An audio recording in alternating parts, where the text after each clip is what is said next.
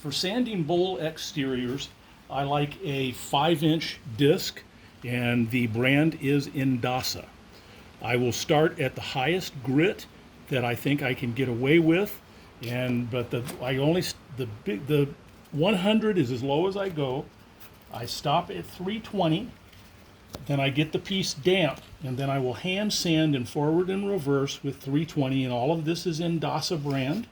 Sometimes the crud gets on these pads and the disc won't stick. I'll take a little 3M Super 77 and spray on there, and that sure holds them. For bowl bottoms, I'll tend to use just a 1-inch disc to do just the little tiny divot in the bottom of a bowl. And the same, I start with 100, end up with 320. And this is Velcro, it's also Indasa. For smaller bowl bottoms, I'll use a 2-inch disc. And this is also, I buy the Indasa 1-yard sheets and cut it myself, so I keep the corners square so they don't dig in. And this though, I will start at 60 grit and go to 320, and I will just start at whatever I think the piece needs. And for a little larger bowl, I go to the 3-inch Velcro disc, and I also will start at 60. I have a really rough 60. This is Power Lock. That sometimes I just need something like this, and I'll start out with the Power Lock on a 60, and I also go to 320 on those. I will replace. Oh, and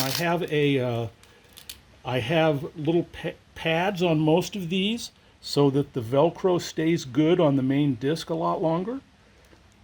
And you can get these in hard like this one, or really soft like this one, and it just makes it last a lot longer. For the hand sanding pad, I just have a thin piece of foam, and on one side I have a 320 disc, and on another side a 220. And so after you get the bowl damp, it raises the grain. And if it just raises it a little bit, just the 320 and forward and reverse totally takes care of it. All my work is power buffed. I created this little buffing station here. This wheel is permanent until it gets really small, and then I change it out, and in which case it becomes one of these wheels, and these I change out. For a little tiny bowl, I have this little hard wheel for a little tiny bowl to get into. When I wax a bowl, I have a dedicated wax buff. I have larger ones than this, but this does just fine.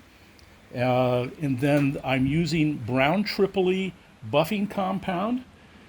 And I have White Diamond and I have others, but the Brown Tripoli seems to treat me just fine all by itself.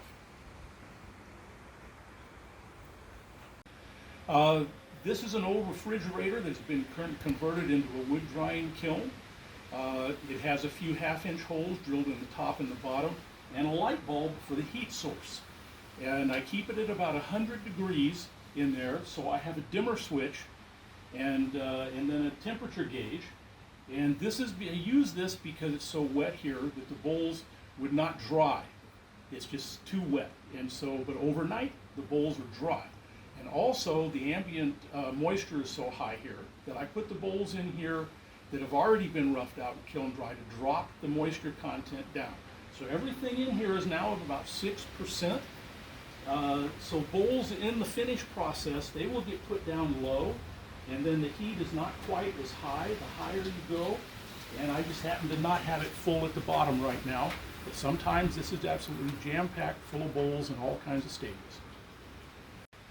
And with the air holes in the top, since this is a convection current, there is heat coming out of the top. So preliminary, the wood balls, various wood balls will go in here, bottle stopper blanks, spin top blanks, and when it's nice and still in here at night, that heat just goes up and it actually really does dry those rather well.